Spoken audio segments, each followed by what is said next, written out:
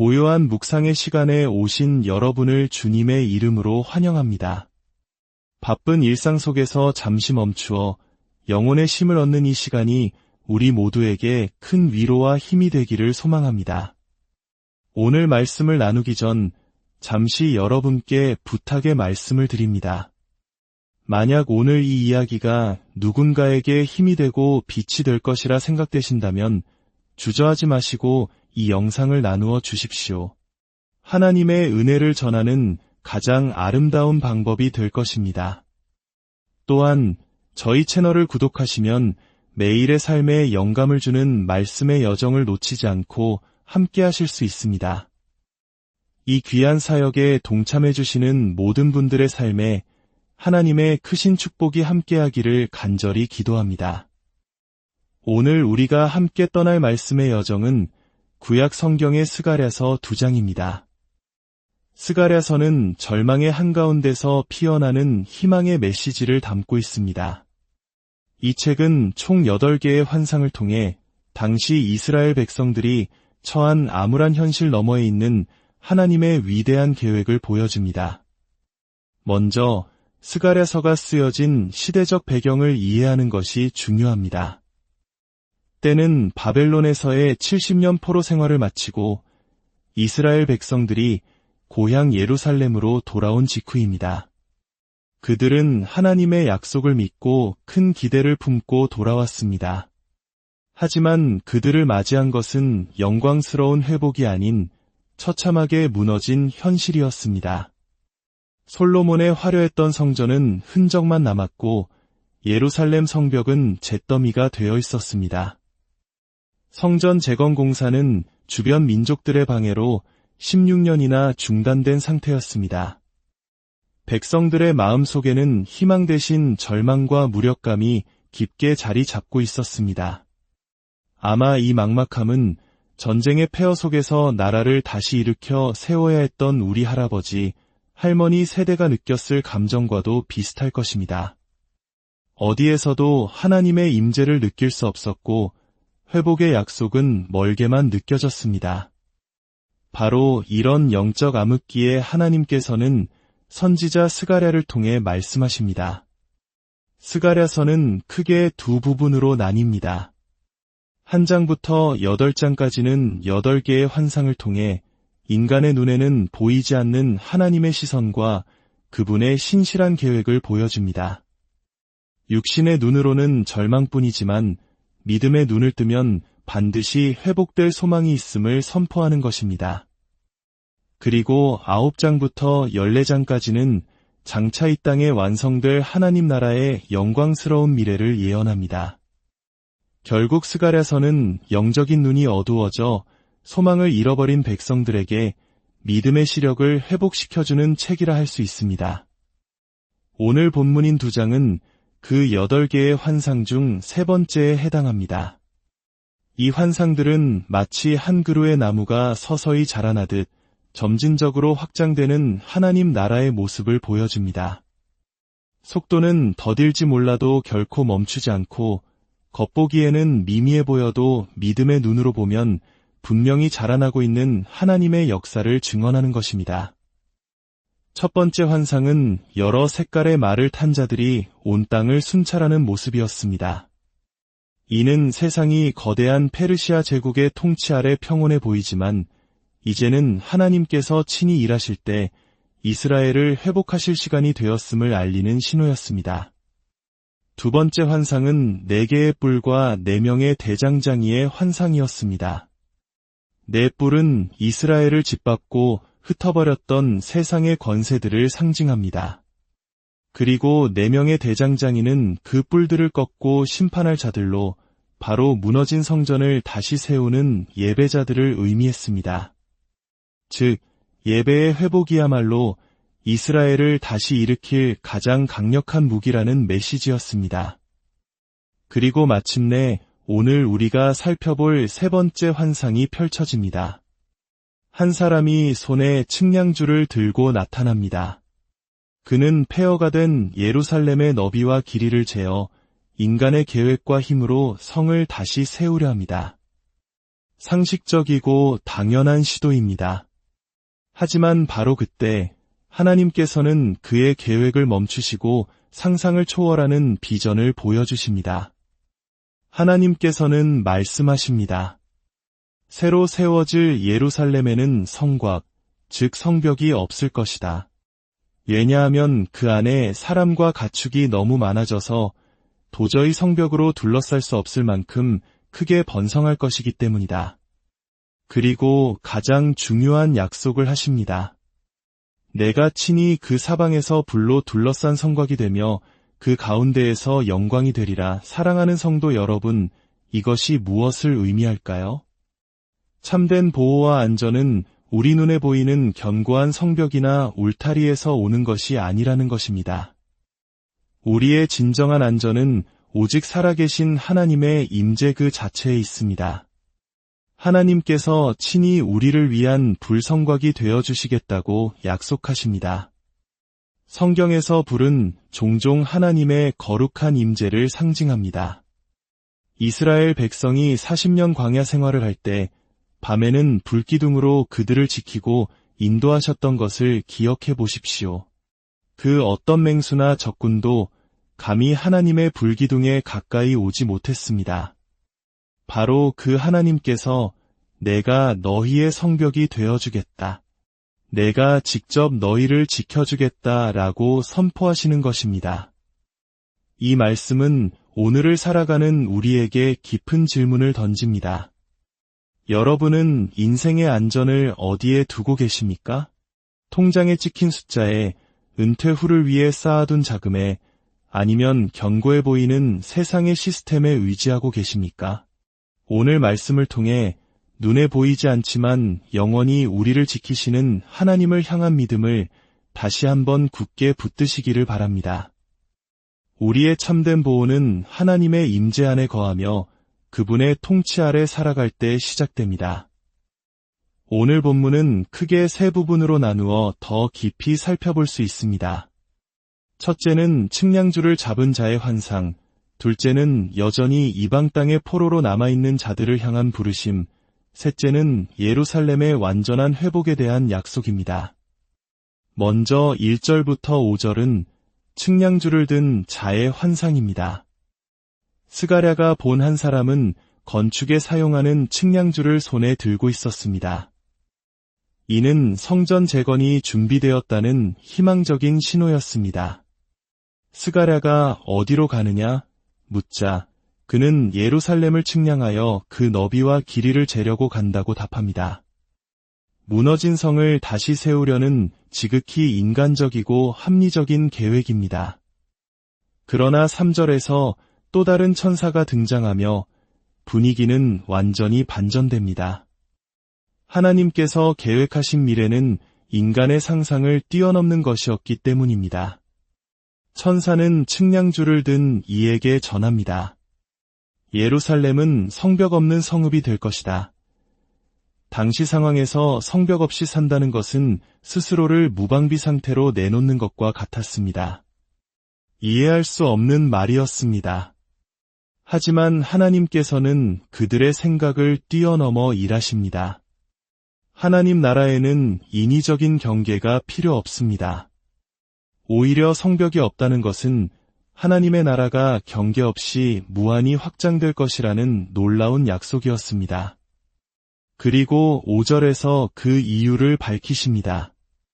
내가 친히 불성곽이 되어 그 사방을 두르며 그 가운데에서 영광이 되겠다. 참된 보호는 물리적 성벽이 아니라 하나님의 임재 안에 거하는 것임을 다시 한번 선포하십니다. 이 환상은 훗날 예수 그리스도를 통해 완벽하게 성취됩니다.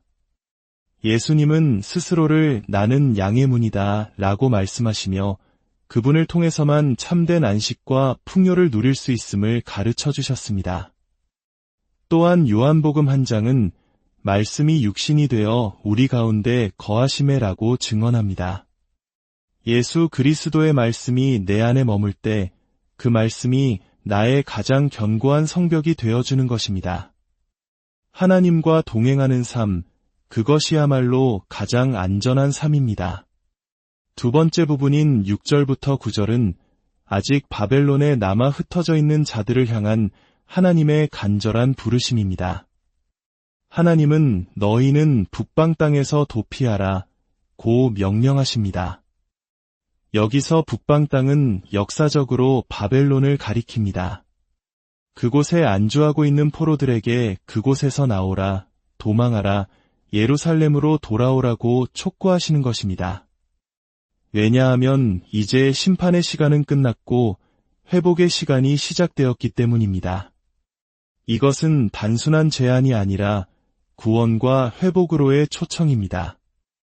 흥미롭게도 7절에서 하나님은 바벨론에 거주하는 자들을 시온이라 부르십니다. 이것은 그들의 정체성을 일깨우는 강력한 외침입니다. 너의 몸은 비록 바벨론에 있지만 너의 영혼은 시온에 속해 있다. 너는 누구에게 속한 자이냐? 멸망해가는 바벨론의 질서인가? 영원한 하나님의 나라인가? 라고 물으시는 것입니다. 이것은 단지 장소의 이동을 넘어 세상의 통치에서 벗어나 하나님의 통치 아래로 돌아오라는 영적인 부르심입니다. 8절에서 하나님은 이스라엘을 자신의 눈동자라고 표현하십니다. 이보다 더 소중하고 귀하다는 표현이 있을까요? 하나님의 백성을 해치는 것은 곧 하나님의 눈동자를 건드리는 것과 같기에 하나님께서는 그들을 해한 열방을 직접 심판하시겠다고 선언하십니다. 그동안 이스라엘을 억압했던 강대국들이 오히려 약한 자들에게 노략을 당하는 역전이 일어날 것을 말씀하십니다.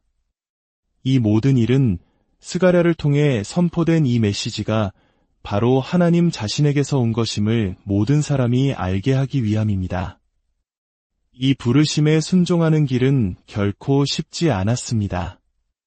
당시 바벨론에서 예루살렘까지 오는 길은 4개월 이상 걸리는 험난한 여정이었습니다. 특히 많은 이들은 포로 2세대, 3세대로 바벨론에서 태어나 그곳의 삶에 익숙해져 있었습니다. 예루살렘은 그저 부모님께 이야기로만 들었던 낯선 땅이었습니다. 그럼에도 불구하고 하나님은 결단하고 순종하여 돌아오라고 명령하십니다. 이것은 지리적 귀환을 넘어 정체성과 믿음의 귀환을 요구하는 것입니다. 이것은 오늘날 우리에게도 동일하게 적용됩니다. 우리 중 누구도 천국에 직접 가본 사람은 없습니다.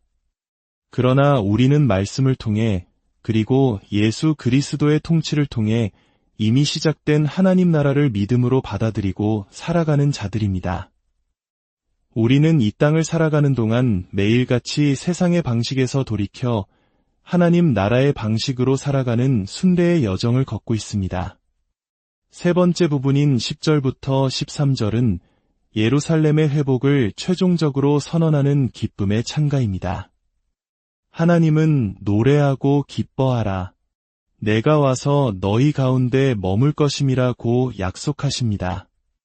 회복의 핵심은 바로 하나님의 함께하심입니다.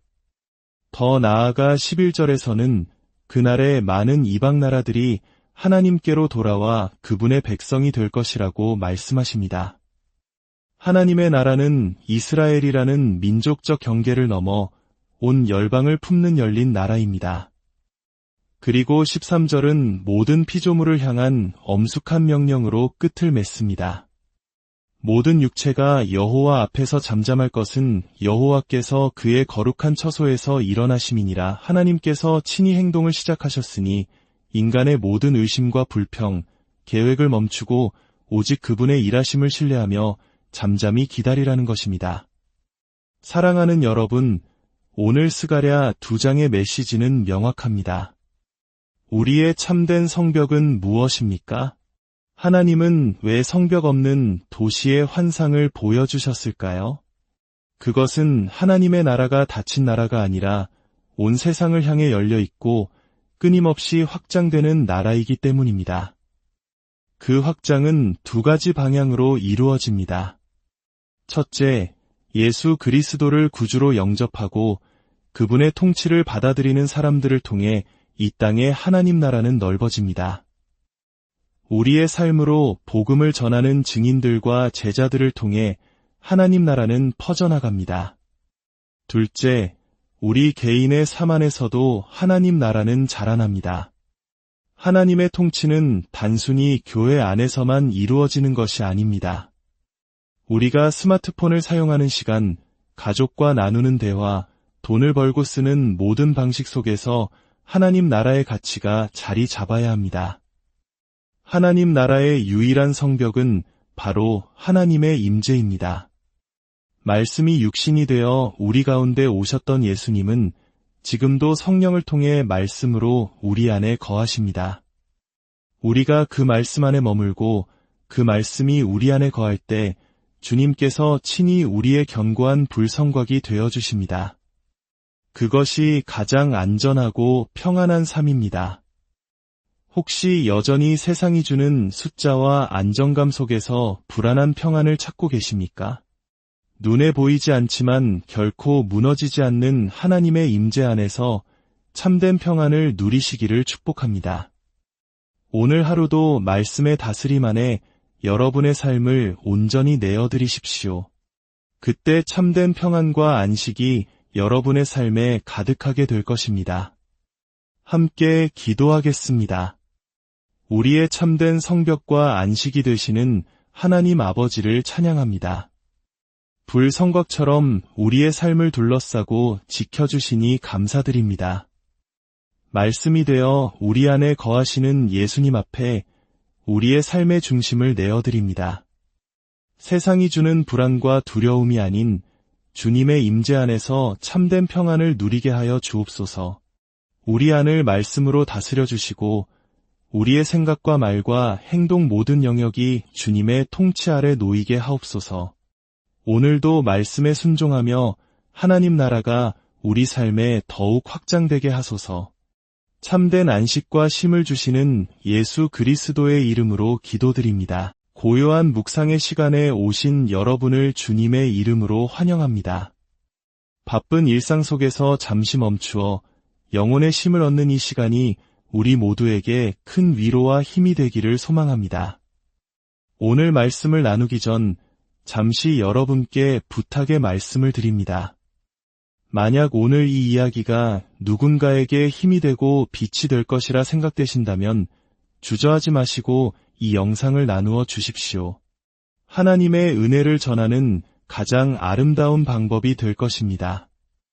또한 저희 채널을 구독하시면 매일의 삶에 영감을 주는 말씀의 여정을 놓치지 않고 함께 하실 수 있습니다. 이 귀한 사역에 동참해 주시는 모든 분들의 삶에 하나님의 크신 축복이 함께하기를 간절히 기도합니다.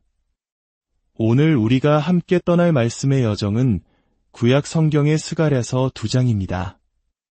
스가랴서는 절망의 한가운데서 피어나는 희망의 메시지를 담고 있습니다. 이 책은 총 8개의 환상을 통해 당시 이스라엘 백성들이 처한 암울한 현실 너머에 있는 하나님의 위대한 계획을 보여줍니다. 먼저 스가랴서가 쓰여진 시대적 배경을 이해하는 것이 중요합니다. 때는 바벨론에서의 70년 포로 생활을 마치고 이스라엘 백성들이 고향 예루살렘으로 돌아온 직후입니다. 그들은 하나님의 약속을 믿고 큰 기대를 품고 돌아왔습니다. 하지만 그들을 맞이한 것은 영광스러운 회복이 아닌 처참하게 무너진 현실이었습니다. 솔로몬의 화려했던 성전은 흔적만 남았고 예루살렘 성벽은 잿더미가 되어 있었습니다. 성전 재건 공사는 주변 민족들의 방해로 16년이나 중단된 상태였습니다. 백성들의 마음속에는 희망 대신 절망과 무력감이 깊게 자리 잡고 있었습니다. 아마 이 막막함은 전쟁의 폐허 속에서 나라를 다시 일으켜 세워야 했던 우리 할아버지, 할머니 세대가 느꼈을 감정과도 비슷할 것입니다. 어디에서도 하나님의 임재를 느낄 수 없었고 회복의 약속은 멀게만 느껴졌습니다. 바로 이런 영적 암흑기에 하나님께서는 선지자 스가랴를 통해 말씀하십니다. 스가랴서는 크게 두 부분으로 나뉩니다. 한 장부터 8장까지는 8개의 환상을 통해 인간의 눈에는 보이지 않는 하나님의 시선과 그분의 신실한 계획을 보여줍니다. 육신의 눈으로는 절망뿐이지만 믿음의 눈을 뜨면 반드시 회복될 소망이 있음을 선포하는 것입니다. 그리고 9장부터 14장까지는 장차 이 땅에 완성될 하나님 나라의 영광스러운 미래를 예언합니다. 결국 스가랴서는 영적인 눈이 어두워져 소망을 잃어버린 백성들에게 믿음의 시력을 회복시켜주는 책이라 할 수 있습니다. 오늘 본문인 2장은 그 8개의 환상 중 3번째에 해당합니다. 이 환상들은 마치 한 그루의 나무가 서서히 자라나듯 점진적으로 확장되는 하나님 나라의 모습을 보여줍니다. 속도는 더딜지 몰라도 결코 멈추지 않고 겉보기에는 미미해 보여도 믿음의 눈으로 보면 분명히 자라나고 있는 하나님의 역사를 증언하는 것입니다. 첫 번째 환상은 여러 색깔의 말을 탄 자들이 온 땅을 순찰하는 모습이었습니다. 이는 세상이 거대한 페르시아 제국의 통치 아래 평온해 보이지만 이제는 하나님께서 친히 일하실 때 이스라엘을 회복하실 시간이 되었음을 알리는 신호였습니다. 두 번째 환상은 4개의 뿔과 4명의 대장장이의 환상이었습니다. 4뿔은 이스라엘을 짓밟고 흩어버렸던 세상의 권세들을 상징합니다. 그리고 4명의 대장장이는 그 뿔들을 꺾고 심판할 자들로 바로 무너진 성전을 다시 세우는 예배자들을 의미했습니다. 즉, 예배의 회복이야말로 이스라엘을 다시 일으킬 가장 강력한 무기라는 메시지였습니다. 그리고 마침내 오늘 우리가 살펴볼 3번째 환상이 펼쳐집니다. 한 사람이 손에 측량줄을 들고 나타납니다. 그는 폐허가 된 예루살렘의 너비와 길이를 재어 인간의 계획과 힘으로 성을 다시 세우려 합니다. 상식적이고 당연한 시도입니다. 하지만 바로 그때 하나님께서는 그의 계획을 멈추시고 상상을 초월하는 비전을 보여주십니다. 하나님께서는 말씀하십니다. 새로 세워질 예루살렘에는 성곽, 즉 성벽이 없을 것이다. 왜냐하면 그 안에 사람과 가축이 너무 많아져서 도저히 성벽으로 둘러쌀 수 없을 만큼 크게 번성할 것이기 때문이다. 그리고 가장 중요한 약속을 하십니다. 내가 친히 그 사방에서 불로 둘러싼 성곽이 되며 그 가운데에서 영광이 되리라. 사랑하는 성도 여러분, 이것이 무엇을 의미할까요? 참된 보호와 안전은 우리 눈에 보이는 견고한 성벽이나 울타리에서 오는 것이 아니라는 것입니다. 우리의 진정한 안전은 오직 살아계신 하나님의 임재 그 자체에 있습니다. 하나님께서 친히 우리를 위한 불성곽이 되어주시겠다고 약속하십니다. 성경에서 불은 종종 하나님의 거룩한 임재를 상징합니다. 이스라엘 백성이 40년 광야 생활을 할 때 밤에는 불기둥으로 그들을 지키고 인도하셨던 것을 기억해 보십시오. 그 어떤 맹수나 적군도 감히 하나님의 불기둥에 가까이 오지 못했습니다. 바로 그 하나님께서 내가 너희의 성벽이 되어주겠다. 내가 직접 너희를 지켜주겠다 라고 선포하시는 것입니다. 이 말씀은 오늘을 살아가는 우리에게 깊은 질문을 던집니다. 여러분은 인생의 안전을 어디에 두고 계십니까? 통장에 찍힌 숫자에, 은퇴 후를 위해 쌓아둔 자금에, 아니면 견고해 보이는 세상의 시스템에 의지하고 계십니까? 오늘 말씀을 통해 눈에 보이지 않지만 영원히 우리를 지키시는 하나님을 향한 믿음을 다시 한번 굳게 붙드시기를 바랍니다. 우리의 참된 보호는 하나님의 임재 안에 거하며 그분의 통치 아래 살아갈 때 시작됩니다. 오늘 본문은 크게 3부분으로 나누어 더 깊이 살펴볼 수 있습니다. 첫째는 측량줄을 잡은 자의 환상, 둘째는 여전히 이방 땅의 포로로 남아있는 자들을 향한 부르심, 셋째는 예루살렘의 완전한 회복에 대한 약속입니다. 먼저 1절부터 5절은 측량줄을 든 자의 환상입니다. 스가랴가 본 한 사람은 건축에 사용하는 측량줄을 손에 들고 있었습니다. 이는 성전 재건이 준비되었다는 희망적인 신호였습니다. 스가랴가 어디로 가느냐 묻자 그는 예루살렘을 측량하여 그 너비와 길이를 재려고 간다고 답합니다. 무너진 성을 다시 세우려는 지극히 인간적이고 합리적인 계획입니다. 그러나 3절에서 또 다른 천사가 등장하며 분위기는 완전히 반전됩니다. 하나님께서 계획하신 미래는 인간의 상상을 뛰어넘는 것이었기 때문입니다. 천사는 측량줄을 든 이에게 전합니다. 예루살렘은 성벽 없는 성읍이 될 것이다. 당시 상황에서 성벽 없이 산다는 것은 스스로를 무방비 상태로 내놓는 것과 같았습니다. 이해할 수 없는 말이었습니다.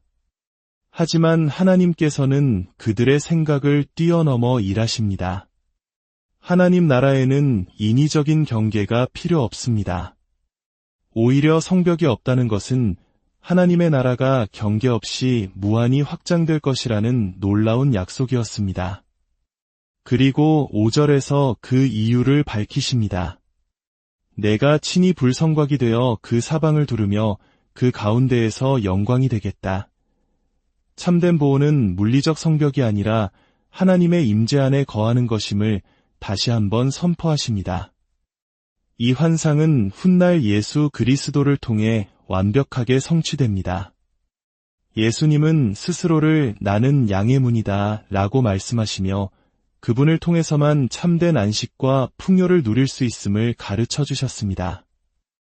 또한 요한복음 1장은 말씀이 육신이 되어 우리 가운데 거하시매라고 증언합니다.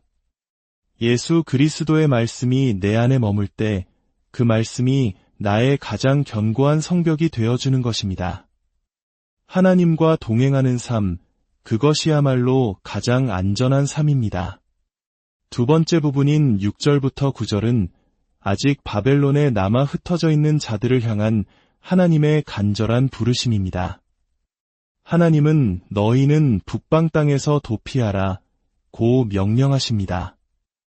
여기서 북방 땅은 역사적으로 바벨론을 가리킵니다.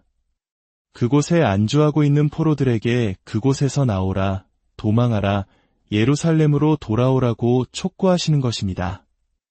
왜냐하면 이제 심판의 시간은 끝났고 회복의 시간이 시작되었기 때문입니다. 이것은 단순한 제안이 아니라 구원과 회복으로의 초청입니다. 흥미롭게도 7절에서 하나님은 바벨론에 거주하는 자들을 시온이라 부르십니다. 이것은 그들의 정체성을 일깨우는 강력한 외침입니다. 너의 몸은 비록 바벨론에 있지만 너의 영혼은 시온에 속해 있다. 너는 누구에게 속한 자이냐? 멸망해가는 바벨론의 질서인가? 영원한 하나님의 나라인가? 라고 물으시는 것입니다. 이것은 단지 장소의 이동을 넘어 세상의 통치에서 벗어나 하나님의 통치 아래로 돌아오라는 영적인 부르심입니다. 8절에서 하나님은 이스라엘을 자신의 눈동자라고 표현하십니다. 이보다 더 소중하고 귀하다는 표현이 있을까요? 하나님의 백성을 해치는 것은 곧 하나님의 눈동자를 건드리는 것과 같기에 하나님께서는 그들을 해한 열방을 직접 심판하시겠다고 선언하십니다. 그동안 이스라엘을 억압했던 강대국들이 오히려 약한 자들에게 노략을 당하는 역전이 일어날 것을 말씀하십니다. 이 모든 일은 스가랴를 통해 선포된 이 메시지가 바로 하나님 자신에게서 온 것임을 모든 사람이 알게 하기 위함입니다. 이 부르심에 순종하는 길은 결코 쉽지 않았습니다. 당시 바벨론에서 예루살렘까지 오는 길은 4개월 이상 걸리는 험난한 여정이었습니다. 특히 많은 이들은 포로 2세대, 3세대로 바벨론에서 태어나 그곳의 삶에 익숙해져 있었습니다. 예루살렘은 그저 부모님께 이야기로만 들었던 낯선 땅이었습니다. 그럼에도 불구하고 하나님은 결단하고 순종하여 돌아오라고 명령하십니다. 이것은 지리적 귀환을 넘어 정체성과 믿음의 귀환을 요구하는 것입니다. 이것은 오늘날 우리에게도 동일하게 적용됩니다. 우리 중 누구도 천국에 직접 가본 사람은 없습니다. 그러나 우리는 말씀을 통해 그리고 예수 그리스도의 통치를 통해 이미 시작된 하나님 나라를 믿음으로 받아들이고 살아가는 자들입니다.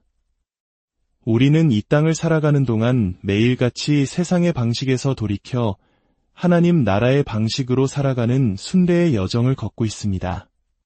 세 번째 부분인 10절부터 13절은 예루살렘의 회복을 최종적으로 선언하는 기쁨의 찬가입니다. 하나님은 노래하고 기뻐하라. 내가 와서 너희 가운데 머물 것임이라고 약속하십니다. 회복의 핵심은 바로 하나님의 함께하심입니다. 더 나아가 11절에서는 그날에 많은 이방 나라들이 하나님께로 돌아와 그분의 백성이 될 것이라고 말씀하십니다. 하나님의 나라는 이스라엘이라는 민족적 경계를 넘어 온 열방을 품는 열린 나라입니다. 그리고 13절은 모든 피조물을 향한 엄숙한 명령으로 끝을 맺습니다. 모든 육체가 여호와 앞에서 잠잠할 것은 여호와께서 그의 거룩한 처소에서 일어나심이니라. 하나님께서 친히 행동을 시작하셨으니 인간의 모든 의심과 불평, 계획을 멈추고 오직 그분의 일하심을 신뢰하며 잠잠히 기다리라는 것입니다. 사랑하는 여러분, 오늘 스가랴 2장의 메시지는 명확합니다. 우리의 참된 성벽은 무엇입니까? 하나님은 왜 성벽 없는 도시의 환상을 보여주셨을까요?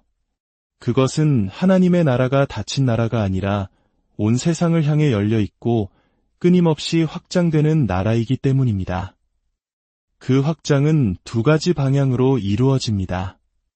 첫째, 예수 그리스도를 구주로 영접하고 그분의 통치를 받아들이는 사람들을 통해 이 땅의 하나님 나라는 넓어집니다.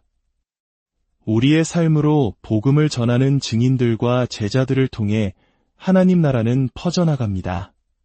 둘째, 우리 개인의 삶 안에서도 하나님 나라는 자라납니다. 하나님의 통치는 단순히 교회 안에서만 이루어지는 것이 아닙니다. 우리가 스마트폰을 사용하는 시간, 가족과 나누는 대화, 돈을 벌고 쓰는 모든 방식 속에서 하나님 나라의 가치가 자리 잡아야 합니다. 하나님 나라의 유일한 성벽은 바로 하나님의 임재입니다.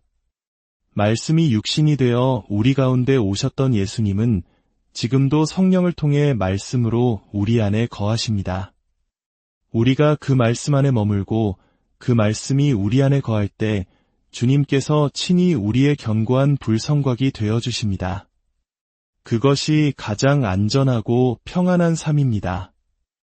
혹시 여전히 세상이 주는 숫자와 안정감 속에서 불안한 평안을 찾고 계십니까?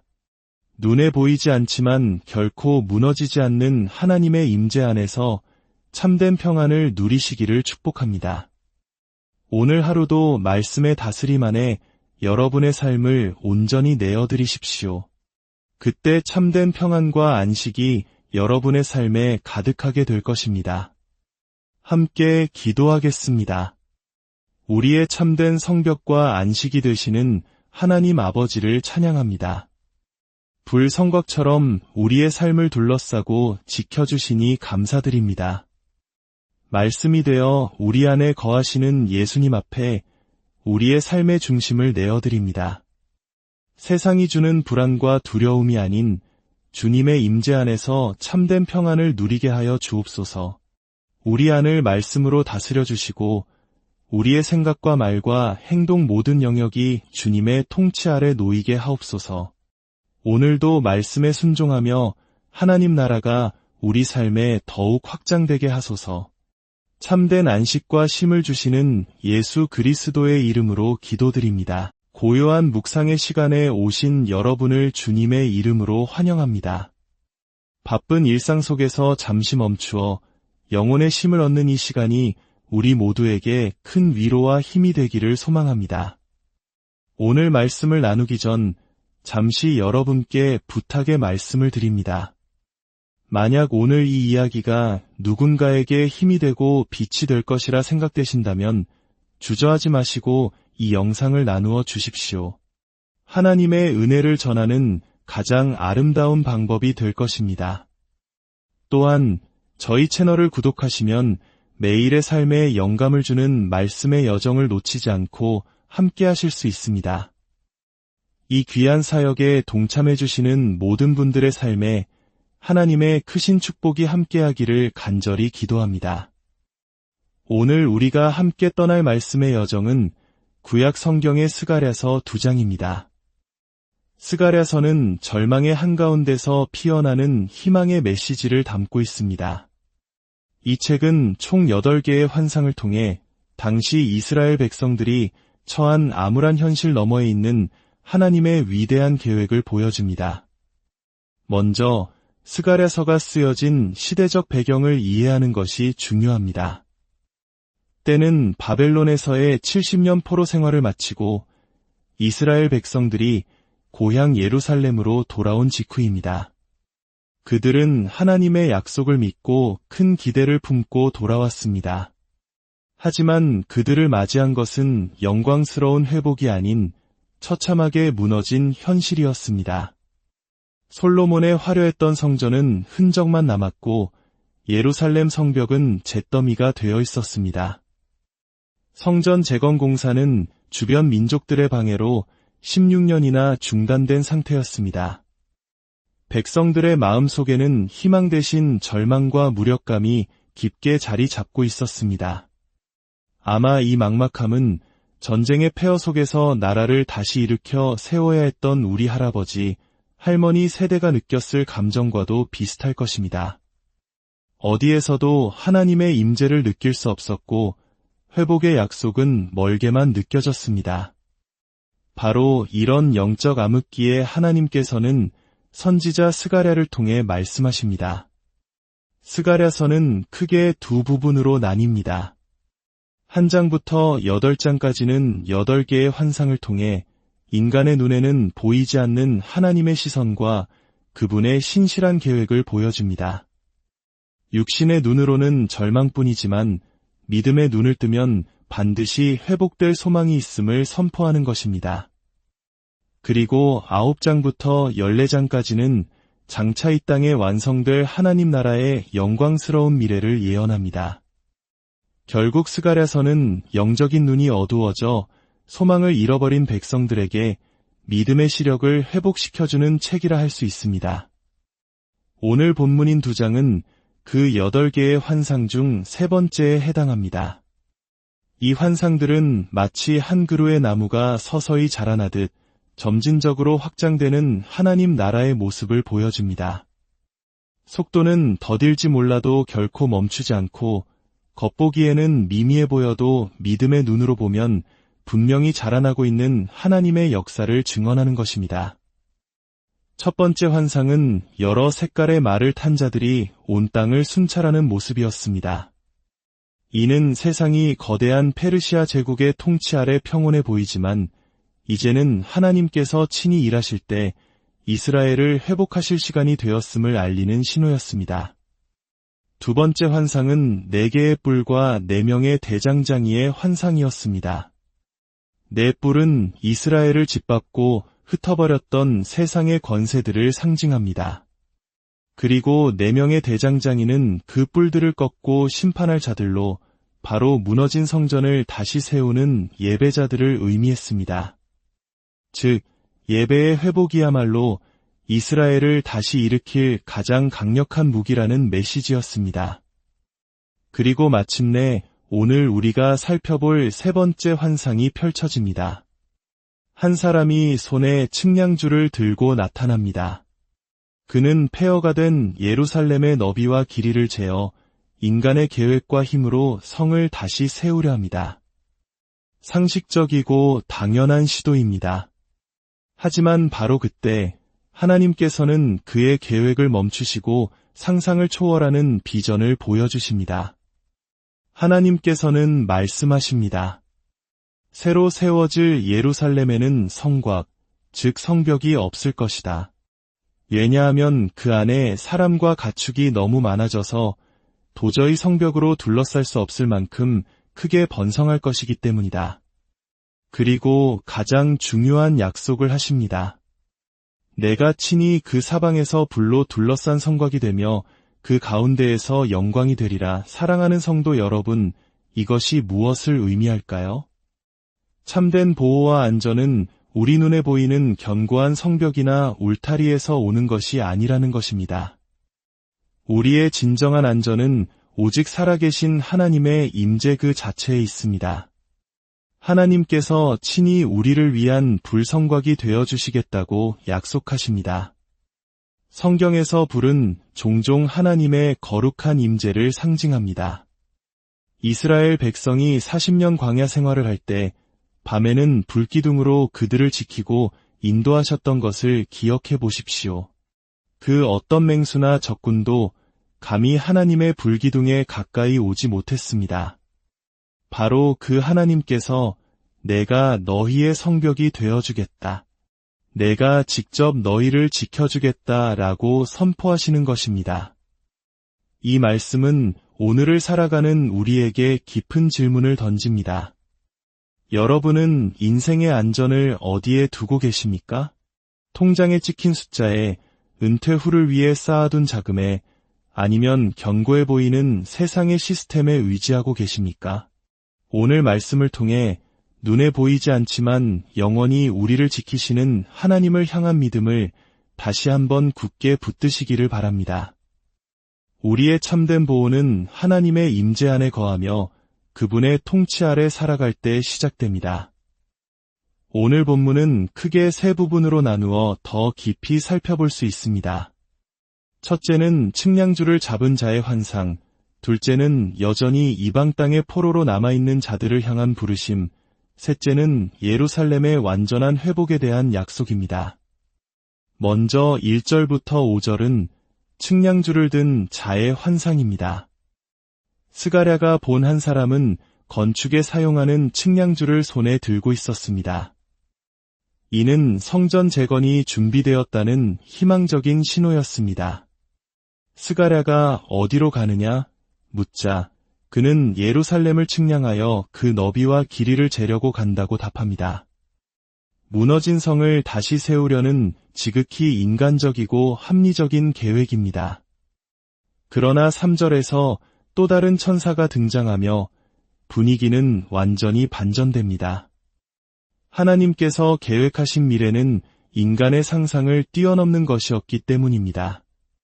천사는 측량줄을 든 이에게 전합니다. 예루살렘은 성벽 없는 성읍이 될 것이다. 당시 상황에서 성벽 없이 산다는 것은 스스로를 무방비 상태로 내놓는 것과 같았습니다. 이해할 수 없는 말이었습니다. 하지만 하나님께서는 그들의 생각을 뛰어넘어 일하십니다. 하나님 나라에는 인위적인 경계가 필요 없습니다. 오히려 성벽이 없다는 것은 하나님의 나라가 경계 없이 무한히 확장될 것이라는 놀라운 약속이었습니다. 그리고 5절에서 그 이유를 밝히십니다. 내가 친히 불성곽이 되어 그 사방을 두르며 그 가운데에서 영광이 되겠다. 참된 보호는 물리적 성벽이 아니라 하나님의 임재 안에 거하는 것임을 다시 한번 선포하십니다. 이 환상은 훗날 예수 그리스도를 통해 완벽하게 성취됩니다. 예수님은 스스로를 나는 양의 문이다 라고 말씀하시며 그분을 통해서만 참된 안식과 풍요를 누릴 수 있음을 가르쳐 주셨습니다. 또한 요한복음 한 장은 말씀이 육신이 되어 우리 가운데 거하시매라고 증언합니다. 예수 그리스도의 말씀이 내 안에 머물 때 그 말씀이 나의 가장 견고한 성벽이 되어주는 것입니다. 하나님과 동행하는 삶, 그것이야말로 가장 안전한 삶입니다. 두 번째 부분인 6절부터 9절은 아직 바벨론에 남아 흩어져 있는 자들을 향한 하나님의 간절한 부르심입니다. 하나님은 너희는 북방 땅에서 도피하라 고 명령하십니다. 여기서 북방 땅은 역사적으로 바벨론을 가리킵니다. 그곳에 안주하고 있는 포로들에게 그곳에서 나오라, 도망하라, 예루살렘으로 돌아오라고 촉구하시는 것입니다. 왜냐하면 이제 심판의 시간은 끝났고 회복의 시간이 시작되었기 때문입니다. 이것은 단순한 제안이 아니라 구원과 회복으로의 초청입니다. 흥미롭게도 7절에서 하나님은 바벨론에 거주하는 자들을 시온이라 부르십니다. 이것은 그들의 정체성을 일깨우는 강력한 외침입니다. 너의 몸은 비록 바벨론에 있지만 너의 영혼은 시온에 속해 있다. 너는 누구에게 속한 자이냐? 멸망해가는 바벨론의 질서인가? 영원한 하나님의 나라인가? 라고 물으시는 것입니다. 이것은 단지 장소의 이동을 넘어 세상의 통치에서 벗어나 하나님의 통치 아래로 돌아오라는 영적인 부르심입니다. 8절에서 하나님은 이스라엘을 자신의 눈동자라고 표현하십니다. 이보다 더 소중하고 귀하다는 표현이 있을까요? 하나님의 백성을 해치는 것은 곧 하나님의 눈동자를 건드리는 것과 같기에 하나님께서는 그들을 해한 열방을 직접 심판하시겠다고 선언하십니다. 그동안 이스라엘을 억압했던 강대국들이 오히려 약한 자들에게 노략을 당하는 역전이 일어날 것을 말씀하십니다. 이 모든 일은 스가랴를 통해 선포된 이 메시지가 바로 하나님 자신에게서 온 것임을 모든 사람이 알게 하기 위함입니다. 이 부르심에 순종하는 길은 결코 쉽지 않았습니다. 당시 바벨론에서 예루살렘까지 오는 길은 4개월 이상 걸리는 험난한 여정이었습니다. 특히 많은 이들은 포로 2세대, 3세대로 바벨론에서 태어나 그곳의 삶에 익숙해져 있었습니다. 예루살렘은 그저 부모님께 이야기로만 들었던 낯선 땅이었습니다. 그럼에도 불구하고 하나님은 결단하고 순종하여 돌아오라고 명령하십니다. 이것은 지리적 귀환을 넘어 정체성과 믿음의 귀환을 요구하는 것입니다. 이것은 오늘날 우리에게도 동일하게 적용됩니다. 우리 중 누구도 천국에 직접 가본 사람은 없습니다.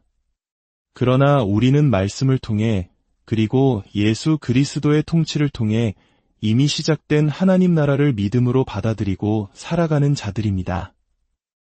우리는 이 땅을 살아가는 동안 매일같이 세상의 방식에서 돌이켜 하나님 나라의 방식으로 살아가는 순례의 여정을 걷고 있습니다.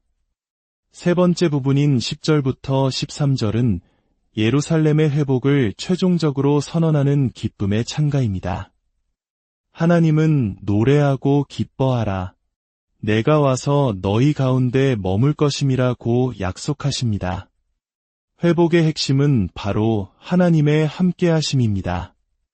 더 나아가 11절에서는 그날에 많은 이방 나라들이 하나님께로 돌아와 그분의 백성이 될 것이라고 말씀하십니다. 하나님의 나라는 이스라엘이라는 민족적 경계를 넘어 온 열방을 품는 열린 나라입니다.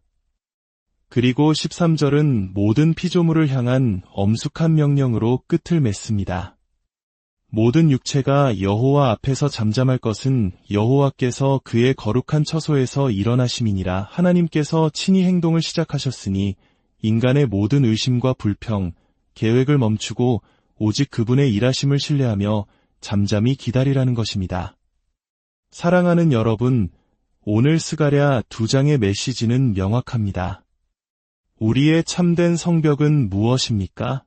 하나님은 왜 성벽 없는 도시의 환상을 보여주셨을까요? 그것은 하나님의 나라가 닫힌 나라가 아니라 온 세상을 향해 열려 있고 끊임없이 확장되는 나라이기 때문입니다. 그 확장은 두 가지 방향으로 이루어집니다. 첫째, 예수 그리스도를 구주로 영접하고 그분의 통치를 받아들이는 사람들을 통해 이 땅의 하나님 나라는 넓어집니다. 우리의 삶으로 복음을 전하는 증인들과 제자들을 통해 하나님 나라는 퍼져나갑니다. 둘째, 우리 개인의 삶 안에서도 하나님 나라는 자라납니다. 하나님의 통치는 단순히 교회 안에서만 이루어지는 것이 아닙니다. 우리가 스마트폰을 사용하는 시간, 가족과 나누는 대화, 돈을 벌고 쓰는 모든 방식 속에서 하나님 나라의 가치가 자리 잡아야 합니다. 하나님 나라의 유일한 성벽은 바로 하나님의 임재입니다. 말씀이 육신이 되어 우리 가운데 오셨던 예수님은 지금도 성령을 통해 말씀으로 우리 안에 거하십니다. 우리가 그 말씀 안에 머물고 그 말씀이 우리 안에 거할 때 주님께서 친히 우리의 견고한 불성곽이 되어주십니다. 그것이 가장 안전하고 평안한 삶입니다. 혹시 여전히 세상이 주는 숫자와 안정감 속에서 불안한 평안을 찾고 계십니까? 눈에 보이지 않지만 결코 무너지지 않는 하나님의 임재 안에서 참된 평안을 누리시기를 축복합니다. 오늘 하루도 말씀의 다스림 안에 여러분의 삶을 온전히 내어드리십시오.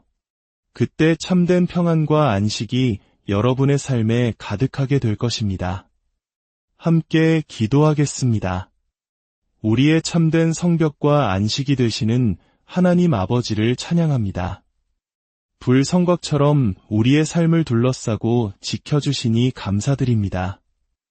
말씀이 되어 우리 안에 거하시는 예수님 앞에 우리의 삶의 중심을 내어드립니다. 세상이 주는 불안과 두려움이 아닌 주님의 임재 안에서 참된 평안을 누리게 하여 주옵소서. 우리 안을 말씀으로 다스려 주시고 우리의 생각과 말과 행동 모든 영역이 주님의 통치 아래 놓이게 하옵소서. 오늘도 말씀에 순종하며 하나님 나라가 우리 삶에 더욱 확장되게 하소서. 참된 안식과 쉼을 주시는 예수 그리스도의 이름으로 기도드립니다. 고요한 묵상의 시간에 오신 여러분을 주님의 이름으로 환영합니다. 바쁜 일상 속에서 잠시 멈추어 영혼의 쉼을 얻는 이 시간이 우리 모두에게 큰 위로와 힘이 되기를 소망합니다. 오늘 말씀을 나누기 전 잠시 여러분께 부탁의 말씀을 드립니다. 만약 오늘 이 이야기가 누군가에게 힘이 되고 빛이 될 것이라 생각되신다면 주저하지 마시고 이 영상을 나누어 주십시오. 하나님의 은혜를 전하는 가장 아름다운 방법이 될 것입니다. 또한 저희 채널을 구독하시면 매일의 삶에 영감을 주는 말씀의 여정을 놓치지 않고 함께 하실 수 있습니다. 이 귀한 사역에 동참해 주시는 모든 분들의 삶에 하나님의 크신 축복이 함께하기를 간절히 기도합니다. 오늘 우리가 함께 떠날 말씀의 여정은 구약 성경의 스가랴서 2장입니다. 스가랴서는 절망의 한가운데서 피어나는 희망의 메시지를 담고 있습니다. 이 책은 총 8개의 환상을 통해 당시 이스라엘 백성들이 처한 암울한 현실 너머에 있는 하나님의 위대한 계획을 보여줍니다. 먼저 스가랴서가 쓰여진 시대적 배경을 이해하는 것이 중요합니다.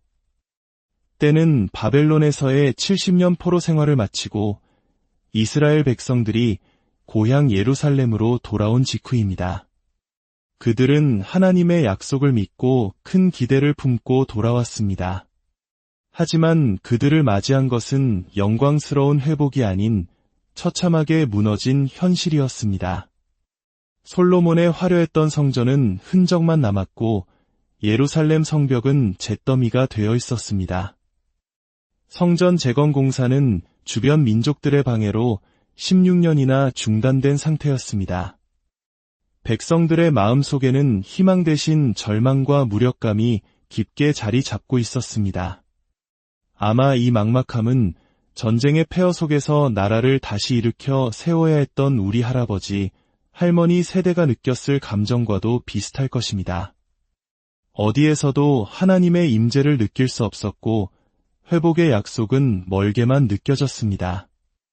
바로 이런 영적 암흑기에 하나님께서는 선지자 스가랴를 통해 말씀하십니다. 스가랴서는 크게 두 부분으로 나뉩니다.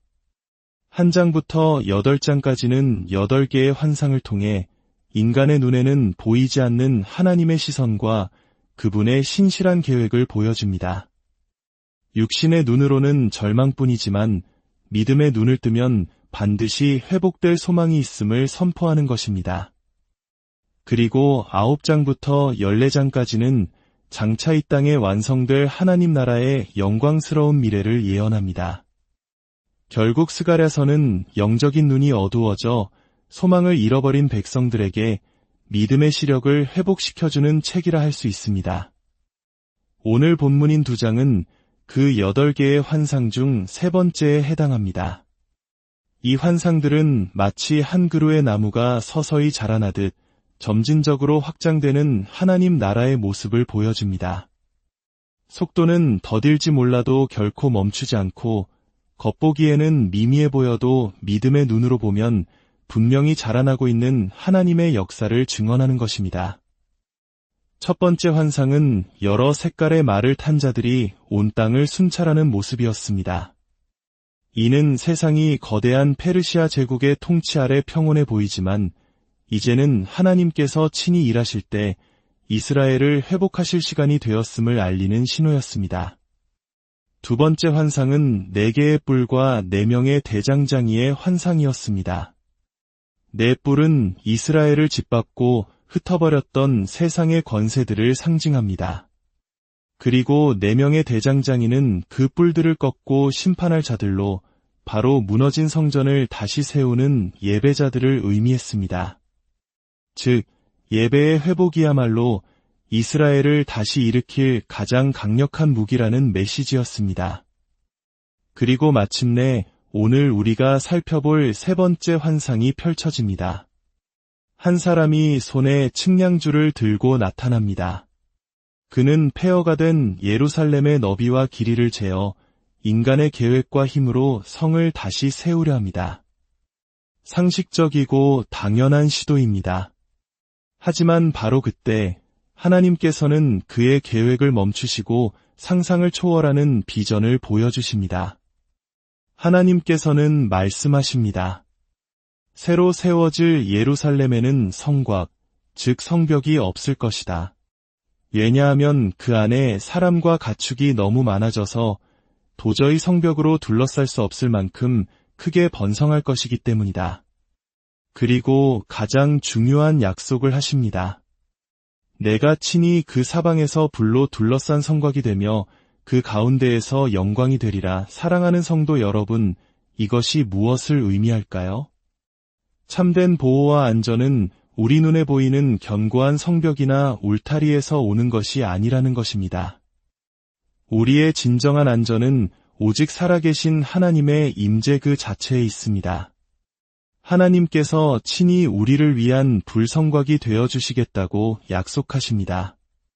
성경에서 불은 종종 하나님의 거룩한 임재를 상징합니다. 이스라엘 백성이 40년 광야 생활을 할 때 밤에는 불기둥으로 그들을 지키고 인도하셨던 것을 기억해 보십시오. 그 어떤 맹수나 적군도 감히 하나님의 불기둥에 가까이 오지 못했습니다. 바로 그 하나님께서 내가 너희의 성벽이 되어주겠다. 내가 직접 너희를 지켜주겠다라고 선포하시는 것입니다. 이 말씀은 오늘을 살아가는 우리에게 깊은 질문을 던집니다. 여러분은 인생의 안전을 어디에 두고 계십니까? 통장에 찍힌 숫자에, 은퇴 후를 위해 쌓아둔 자금에, 아니면 견고해 보이는 세상의 시스템에 의지하고 계십니까? 오늘 말씀을 통해 눈에 보이지 않지만 영원히 우리를 지키시는 하나님을 향한 믿음을 다시 한번 굳게 붙드시기를 바랍니다. 우리의 참된 보호는 하나님의 임재 안에 거하며 그분의 통치 아래 살아갈 때 시작됩니다. 오늘 본문은 크게 3부분으로 나누어 더 깊이 살펴볼 수 있습니다. 첫째는 측량줄을 잡은 자의 환상, 둘째는 여전히 이방 땅의 포로로 남아있는 자들을 향한 부르심, 셋째는 예루살렘의 완전한 회복에 대한 약속입니다. 먼저 1절부터 5절은 측량줄을 든 자의 환상입니다. 스가랴가 본 한 사람은 건축에 사용하는 측량줄을 손에 들고 있었습니다. 이는 성전 재건이 준비되었다는 희망적인 신호였습니다. 스가랴가 어디로 가느냐 묻자 그는 예루살렘을 측량하여 그 너비와 길이를 재려고 간다고 답합니다. 무너진 성을 다시 세우려는 지극히 인간적이고 합리적인 계획입니다. 그러나 3절에서 또 다른 천사가 등장하며 분위기는 완전히 반전됩니다. 하나님께서 계획하신 미래는 인간의 상상을 뛰어넘는 것이었기 때문입니다.